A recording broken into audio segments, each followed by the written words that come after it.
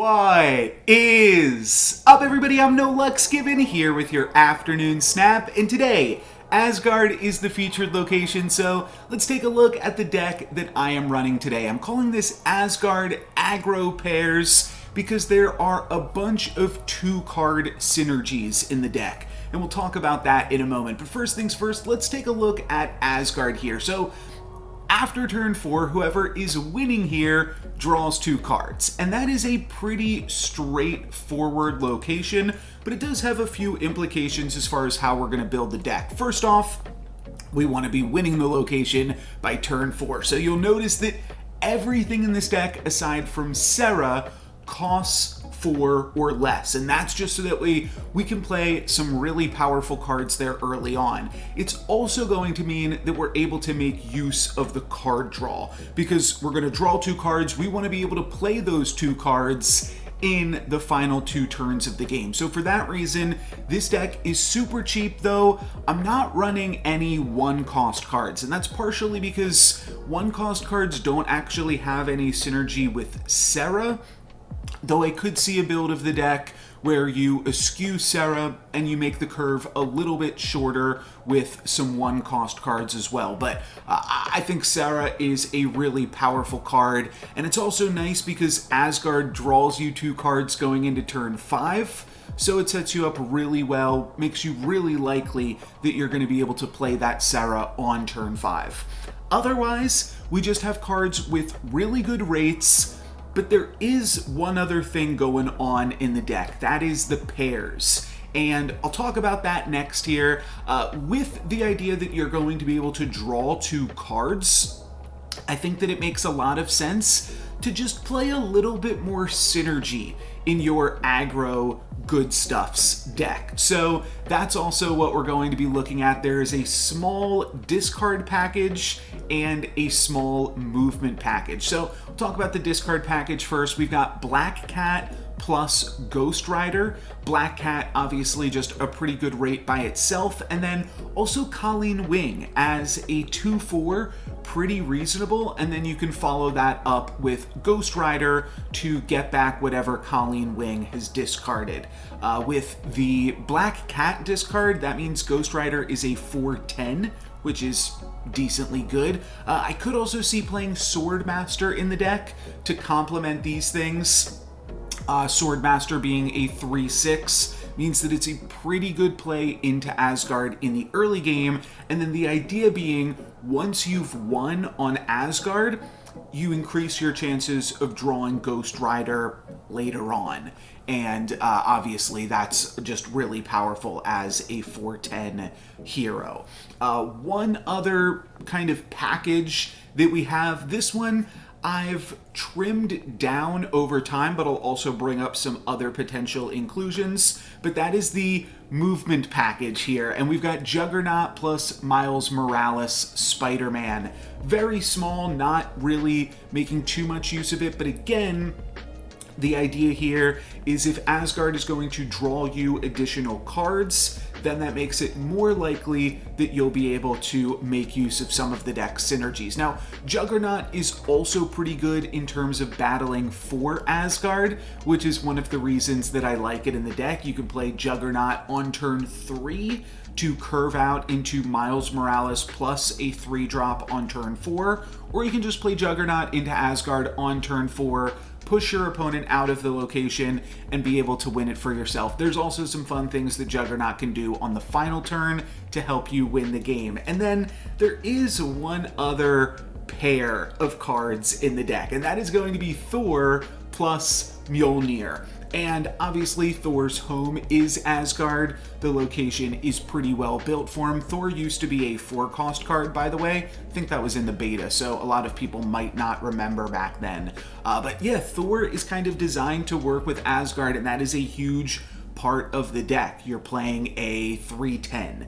And the fact that Mjolnir is a 0-cost card means that you'll be able to play it while still curving out with all of your other big stuff, and it's not going to, like, the fact that it costs you 2 cards doesn't really matter as much. It's just about how much energy you have to be able to play everything. So that is kind of the third pair in the deck. You could beef up the move package in the deck a little bit if you want to add a little bit more synergy to it. There's a few good options. Cloak is really good because it's a 2/4, and that's just a really good rate. There's also Polaris, which is a 3/5. Again, a decent rate.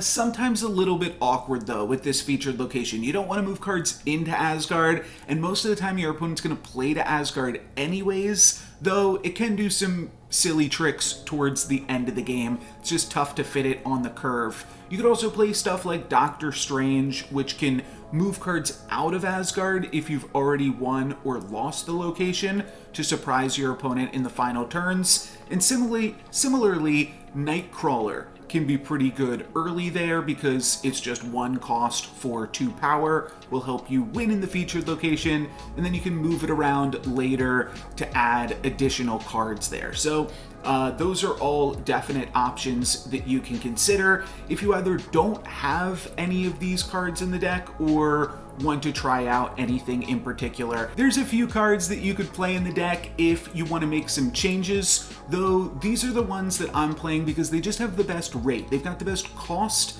to energy ratio. We've got a 2/6 in Angela, a 2/8 in Mojo. Star-Lord is a 2/5, a little bit smaller, though Angela and Mojo are just kind of incredible, so nothing is going to be quite as good as those two are. But Star-Lord is still pretty good in the deck. Guardians are always good on the final turn of the game, because either your opponent plays there and you get the bonus, or they don't, and then there's no time to play there afterwards. But they're also good into Asgard, of course, because you're battling for most power on turn 4, so that can be nice. Juggernaut has the worst rate in the deck as only a 3/3 even power. You look at that compared to Black Cat and Maximus, it's only giving you half the power, though Juggernaut is kind of like a 4/8 if you consider the 1/5 that you can get out of Miles Morales Spider-Man. So Juggernaut,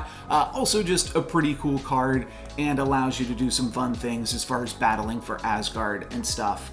Black Cat and Maximus are both really strong as 3/7s, and it's not bad to just play Black Cat on turn 3 or turn 4 if you draw it that turn, or of course turn 6 or turn 5 off of Asgard. So those are all also options that you can do. Maximus is an interesting card with Asgard as the featured location because obviously it can help you battle for Asgard. You'll wind up giving your opponent 2 cards when you do so, but if you fail to win Asgard, it can also just be a card that you play because your opponent won't be able to make use of the 2 additional cards from Asgard and the 2 additional cards from Maximus. That'll just be way too many cards for them to play, so that kind of mitigates his drawback a little bit in those scenarios. Though I will say most of the time, this deck just wins in Asgard. So it doesn't really matter to you that your opponent is drawing some additional cards as well there. You do have to watch out a little bit for like Silver Surfer decks and Zabu decks, other decks that have a lot of synergy and are also really powerful, but this deck has a lot of powerful synergies as well. It rounds out the curve with Crossbones, which is not a super common card, though because this deck is playing such aggressive cards early on in the game, you get to play a 4/8 later on, and that is kind of one of the benefits of doing all the setup work that you're doing in the early game. So hopefully you guys enjoyed this video, just a little bit of a deck tech, not really doing any gameplay.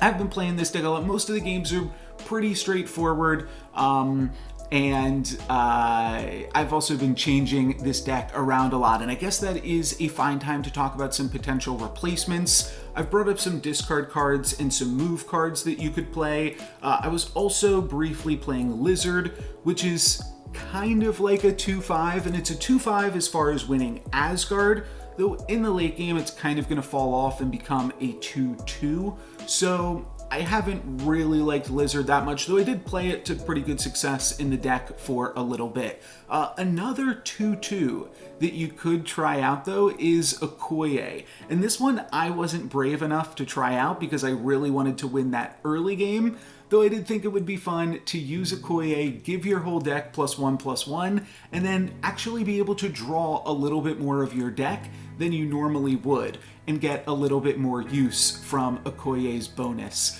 Bishop is another notable card that I don't currently have in the list.